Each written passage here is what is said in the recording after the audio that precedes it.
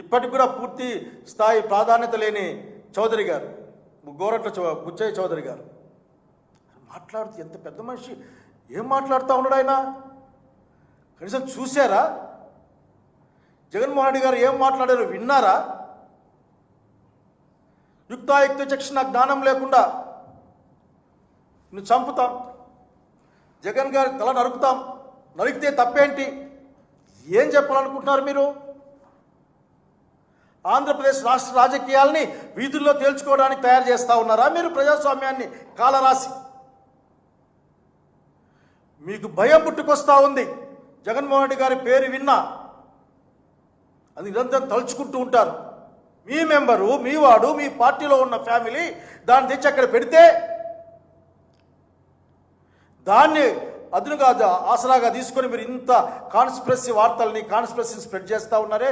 మేము అడగకూడదా మిమ్మల్ని? ఈ విధంగా అనుమానం మొదలైంది అందరికి కూడా.